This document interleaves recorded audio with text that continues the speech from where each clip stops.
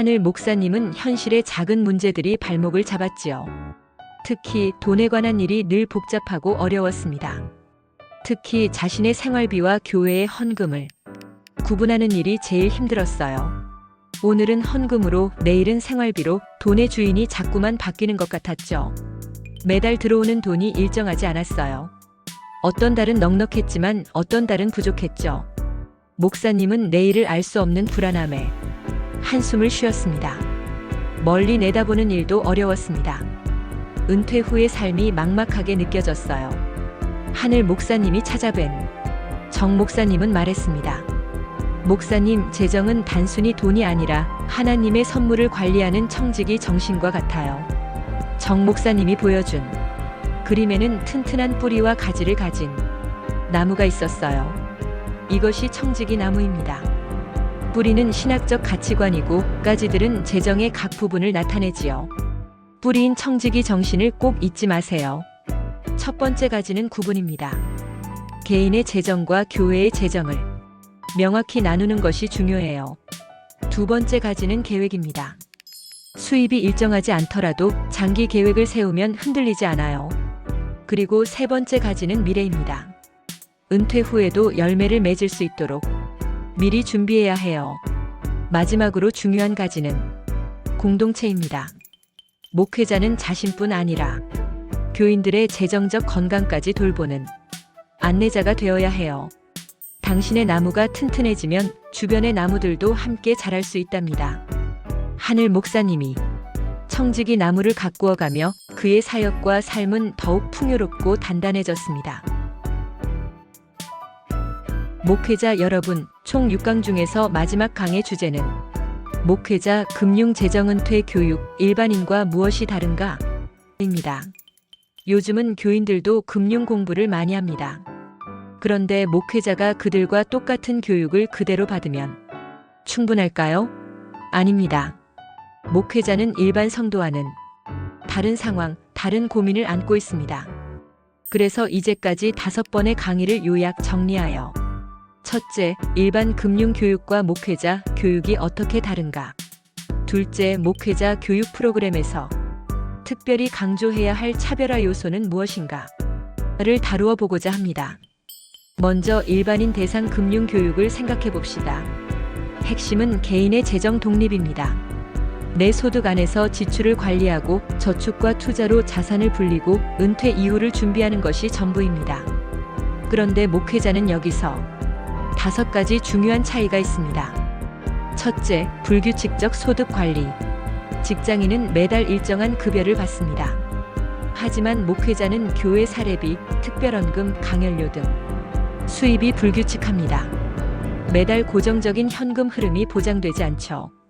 그래서 목회자는 반드시 현금 흐름 관리를 배워야 합니다. 비상자금, 월급처럼 나누어 쓰는 기술, 이런 게 필수입니다. 둘째, 교회와 개인 재정의 분리. 목회자의 큰 유혹 중 하나가 교회 돈과 개인 돈을 섞어 쓰는 겁니다. 교회 헌금을 내 통장에 넣고 생활비와 사역비가 뒤섞이게 되면 금방 문제가 생깁니다. 교회 신뢰가 흔들립니다. 그래서 목회자 교육에서는 재정적 분리 원칙과 투명성을 강조해야 합니다. 셋째, 은퇴제도의 미비 보완. 직장인은 국민연금, 퇴직연금, 기업연금이 자동으로 쌓입니다. 그러나 목회자는 대부분 스스로 준비해야 합니다.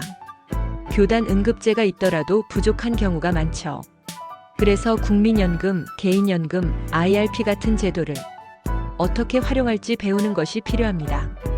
넷째, 윤리 신학적 기준 반영. 일반인은 얼마 벌었냐, 얼마나 불렸냐가 중심입니다. 하지만 목회자는 다릅니다. 단순한 수익 추구가 아니라 청지기 정신, 검소, 나눔, 공공성.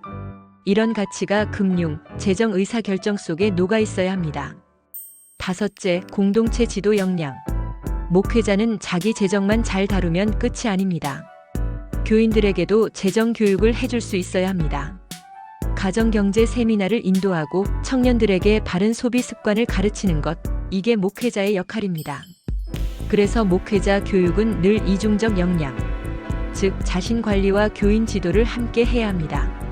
이제 목회자 교육 프로그램을 설계할 때 꼭 들어가야 할 차별화 요소 4가지를 살펴봅시다. 첫째, 실무 중심. 목회자가 당장 현장에서 활용할 수 있어야 합니다.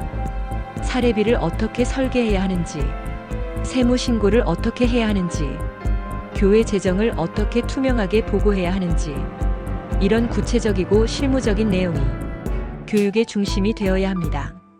둘째, 윤리와 신학 통합. 재정을 다루는 원칙이 단순한 기술에 머물면 안 됩니다. 청지기 정신, 하나님 나라의 가치를 금융, 재정 실무와 연결해야 합니다. 예를 들어 투자할 때 수익률만 보지 않고 그것이 교회와 사회에 어떤 영향을 미치는지, 신앙적으로 합당한지까지 고민하는 겁니다. 셋째, 장기적 관점. 목회자의 은퇴는 일반 직장인처럼 딱 끊어지지 않습니다. 은퇴 후에도 설교, 상담, 글쓰기, 선교로 이어집니다. 그래서 은퇴 준비는 완전 단절 대비가 아니라 부분 은퇴, 단계적 은퇴를 고려한 평생 재정 관리 모델이 되어야 합니다.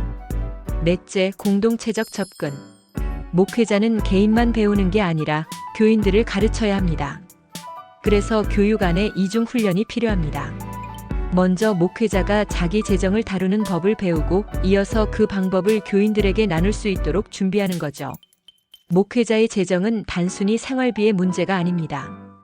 재정은 곧 사역의 신뢰이고 가정의 평안이며 하나님 나라의 청지기적 삶입니다. 여러분이 먼저 배우고 실천하셔서 목회자 가정이 든든히 서고 교회와 교인들에게도 바른 본을 세우시기를 바랍니다. 6번의 강의를 들으시느라 수고 많으셨습니다. 이상입니다. 감사합니다.